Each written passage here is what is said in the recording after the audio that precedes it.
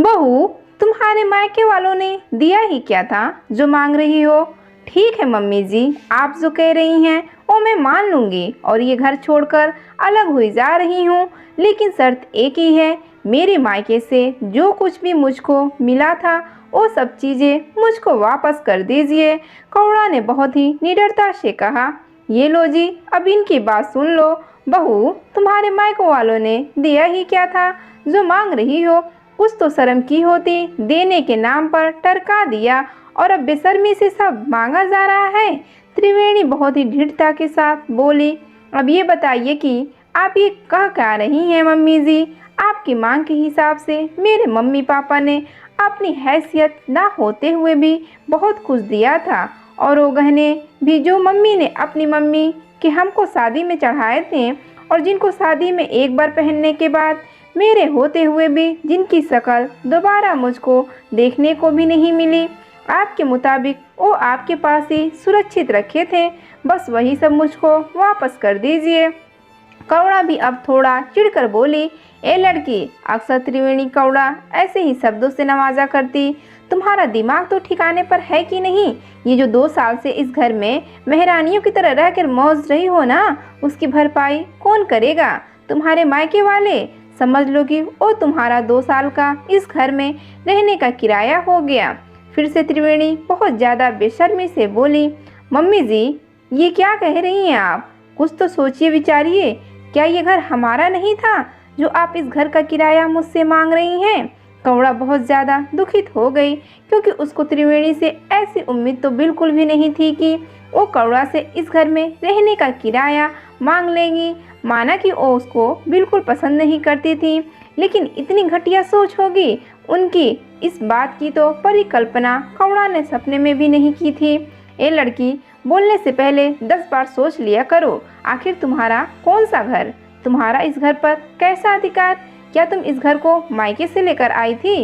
ये घर हमारा है, इस पर किसी और का अधिकार नहीं हो सकता। त्रिवेणी बेशर्मी की जैसे सारी हदें पार कर रही थी।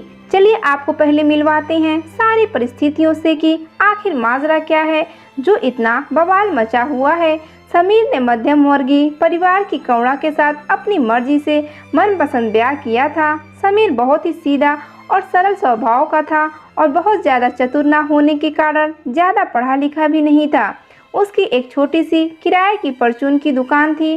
कौड़ा वहीं सौदा पानी लेने आती थी। कब समीर का दिल करुणा पर आ गया पता ही नहीं चला, और करुणा को भी शांत और सरल स्वभाव का समीर बहुत अच्छा लगता।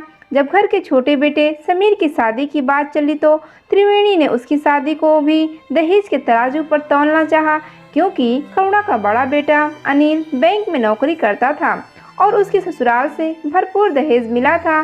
बस त्रिवेणी यही सब कुछ समीर के ससुराल से चाहती थी, लेकिन समीर ने उसकी सारी आशाओं पर पानी फेर दिया और समीर कौड़ा के साथ शादी करने के लिए जिद पर ही अड़ गया।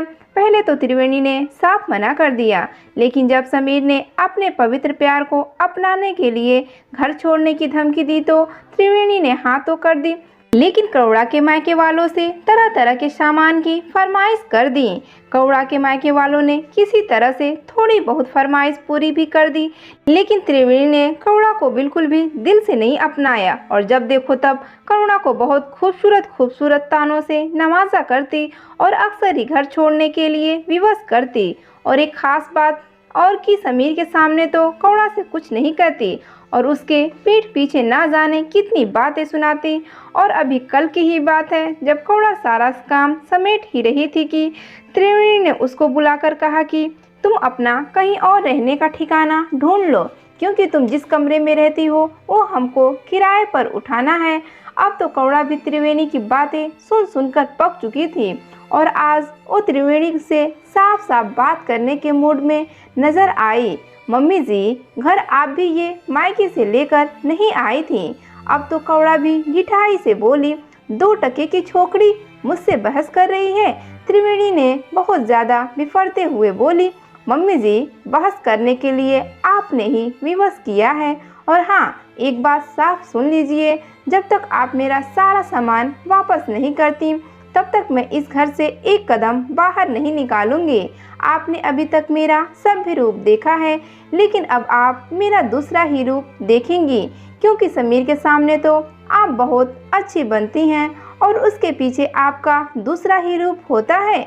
इस गलतफहमी में मत रहिएगा कि समीर को कुछ पता नहीं, जानते तो वो भी हैं आपके स्वभाव के बारे में, लेकिन बस कुछ कह नहीं पाते।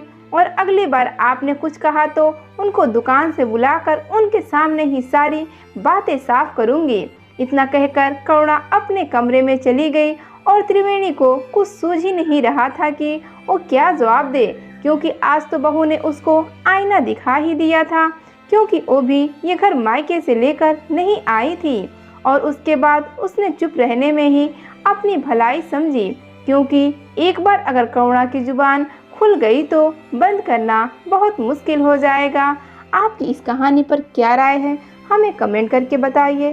कहानी अच्छी लगी तो वीडियो को लाइक और चैनल पे नए हैं तो चैनल को सब्सक्राइब करना ना भूलें। वीडियो देखने के लिए आपका बहुत बहुत धन्यवाद।